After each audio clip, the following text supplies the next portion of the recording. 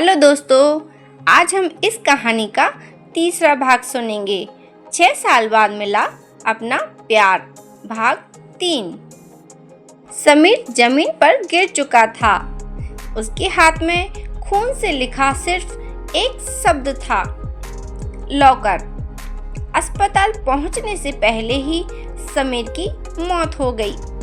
अब वह राज उसके साथ ही चला गया। उधर विक्रम मल्होत्रा ने पहली बार सबको अपने बंगले पर बुलाया। उन्होंने अर्जुन, आर्या और आन्वी को पास बैठाया। उन्होंने कांपती आवाज में कहा, आज मैं तुम सबसे एक सच कहना चाहता हूँ। इतने में पूरे बंगले की बिजली चली गई और अंधेरा सा छा गया। कुछ सेकंड बाद जनरेटर चला तो रोशनी लौट आई, लेकिन विक्रम मल्होत्रा अपनी कुर्सी पर नहीं थे। पूरा कमरा खाली था। सिर्फ उनकी कुर्सी पर एक काला लिफाफा रखा हुआ था। अर्जुन ने उसे खोला। उस लिफाफे में लिखा था, अगर अपने पिता को जिंदा देखना चाहते हो तो पुलिस के पास मत जाना और याद रखना, लॉकर खुलने से पहले कोई भी सच नहीं जान पाएगा। आन्वी डरकर आर्या से लिपट गई। उसी समय अर्जुन के फोन पर एक वीडियो कॉल आई। स्क्रीन पर विक्रम मल्होत्रा कुर्सी से बंधे हुए दिखाई दे रहे थे। चेहरा नकाब से ढके एक आदमी की आवाज आई, अर्जुन, खेल अब आखिरी दौर में पहुंच चुका है। और तभी अर्जुन ने उससे पूछा, तुम चाहते क्या हो? तो उसने जवाब दिया, बस वह चाबी जो तुम्हारे पास है। अर्जुन सन्न रह गया। उसे किसी ने नहीं देखा था कि समीर ने उसे चाबी दी थी। फिर इस आदमी को आखिरकार कैसे पता चला? और कॉल कट गई। रात को अर्जुन अकेला उस पुराने बैंक लॉकर के सामने पहुंचा। उसने कांपते हाथों से ताले की चाबी निकाली और ताले में डाली। लॉकर धीरे धीरे खुला। अंदर सिर्फ एक डायरी, एक पेन ड्राइव और एक पुरानी तस्वीर रखी थी। अर्जुन ने तस्वीर उठाई। उसे देखते ही उसके चेहरे का रंग उड़ गया। उसने घबराकर पीछे कदम बढ़ाया। नहीं, यह सच नहीं हो सकता।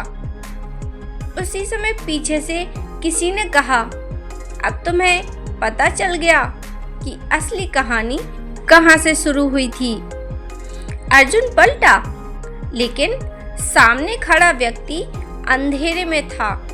उसका चेहरा दिखाई नहीं दे रहा था और उसी क्षण कहानी एक ऐसे मोड़ पर पहुंच गई जहां हर सवाल का जवाब उस डायरी और पेन ड्राइव में छिपा था। लेकिन उसमें क्या लिखा था? विक्रम मल्होत्रा को किसने अगवा किया? और तस्वीर देखकर अर्जुन क्यों टूट गया? इन तीनों सवालों का जवाब अभी भी एक रहस्य था। अर्जुन के हाथ कांप रहे थे। बैंक लॉकर के अंदर रखी पुरानी तस्वीर को वह बार बार देख रहा था। तस्वीर में 3 लोग थे, विक्रम मल्होत्रा, उसकी दिव्यांगत पत्नी और एक छोटा बच्चा। तस्वीर के पीछे एक तारीख लिखी थी, वही तारीख जिस दिन 8 साल पहले वह रहस्यमयी सड़क दुर्घटना हुई थी। तस्वीर के साथ रखी डायरी के पहले पन्ने पर विक्रम मल्होत्रा की लिखावट थी, अगर यह डायरी मेरे बेटे अर्जुन के हाथ में पहुंचे तो समझ लेना कि अब सच छिपाना संभव नहीं रहा। अर्जुन ने कांपते हाथों से डायरी पढ़नी शुरू की। उसमें लिखा था कि 8 साल पहले विक्रम की कंपनी के कुछ भरोसेमंद साझेदार करोड़ों रुपए का गबन कर रहे थे। जब विक्रम को इसका पता चला तो उन्होंने सबूत इकट्ठा कर लिए। उन्हीं सबूतों को मिटाने के लिए दुर्घटना की साजिश रची गई थी। उस हादसे में विक्रम की पत्नी की मौत हो गई, लेकिन विक्रम बच गए। उन्होंने अपने बेटे अर्जुन की जान बचाने के लिए उसे घर छोड़कर कुछ समय तक अपनी पहचान छुपाने की सलाह दी, ताकि दुश्मनों का ध्यान उनसे हट जाए। अर्जुन की आंखों से आंसू बहने लगे। इतने वर्षों तक उसने यही समझा कि उसके पिता ने उसे ठुकरा दिया था, जबकि सच यह था कि वे उसे बचा रहे थे। उसी समय अर्जुन ने पेन ड्राइव अपने लैपटॉप में लगाई। उसमें एक वीडियो रिकॉर्डिंग थी।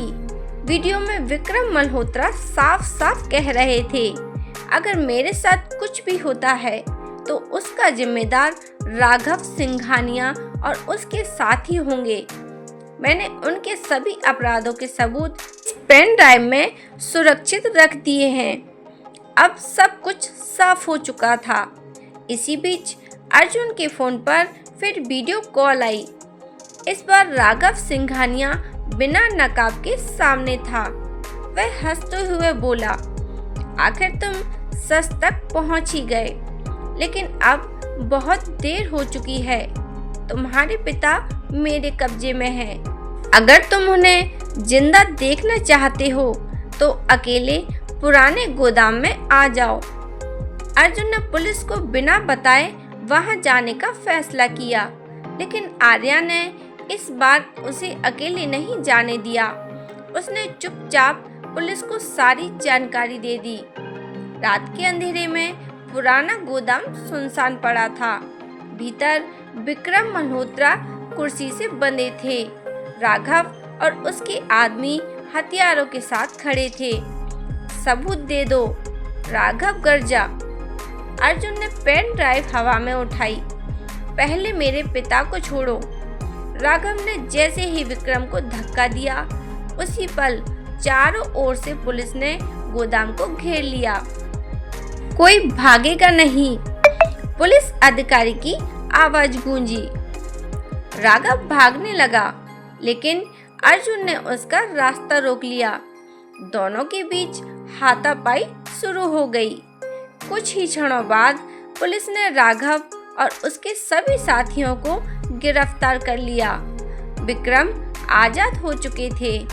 उन्होंने अर्जुन को गले से लगा लिया। दोनों वर्षों तक दबे हुए आंसुओं के साथ एक दूसरे से लिपटकर रोते रहे। और इसी बीच आर्या भी भावुक हो उठी। अन्वी दौड़कर अपने दादा की गोद में चढ़ गई। कुछ महीनों बाद अदालत ने पेन ड्राइव में मौजूद सबूतों के आधार पर राघव और उसके साथियों को कठोर सजा सुनाई। विक्रम मल्होत्रा का नाम पूरी तरह सम्मान के साथ बहाल हो गया। विक्रम ने अपनी सारी संपत्ति का एक बड़ा हिस्सा अन्वी के नाम कर दिया, लेकिन उससे भी बड़ा उपहार उन्होंने अर्जुन को दिया। उन्होंने कहा, आज से यह साम्राज्य तुम्हारा है, लेकिन मुझे सबसे ज्यादा गर्व इस बात का है कि तुमने दौलत नहीं, रिश्तों को चुना। अर्जुन मुस्कुराया, पापा, मुझे आपकी दौलत नहीं चाहिए थी, मुझे सिर्फ अपना परिवार चाहिए था। विक्रम ने आर्या की ओर देखा।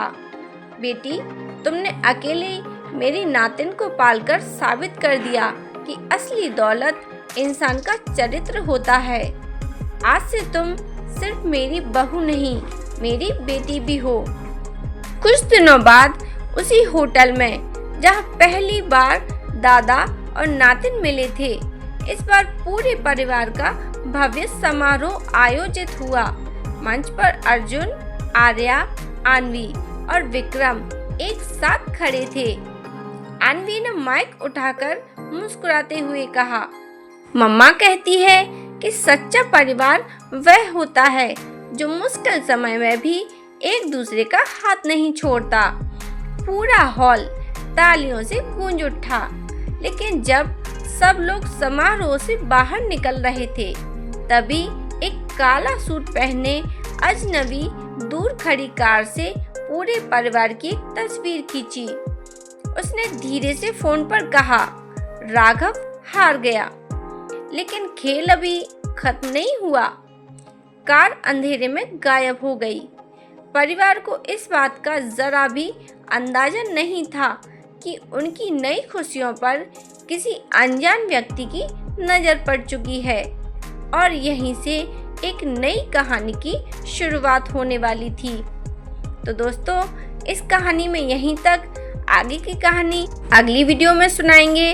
अगर मेरी कहानी आपको अच्छी लगी हो तो मेरी वीडियो को लाइक करें, शेयर करें और ऐसी ही इंटरेस्टिंग कहानियों के लिए मेरे चैनल को सब्सक्राइब करें और बेल आइकन को प्रेस करके रखें। जब भी वीडियो अपलोड हो तो आप तक नोटिफिकेशन सबसे पहले पहुंच सके। मेरी वीडियो देखने के लिए आप सभी का बहुत बहुत धन्यवाद।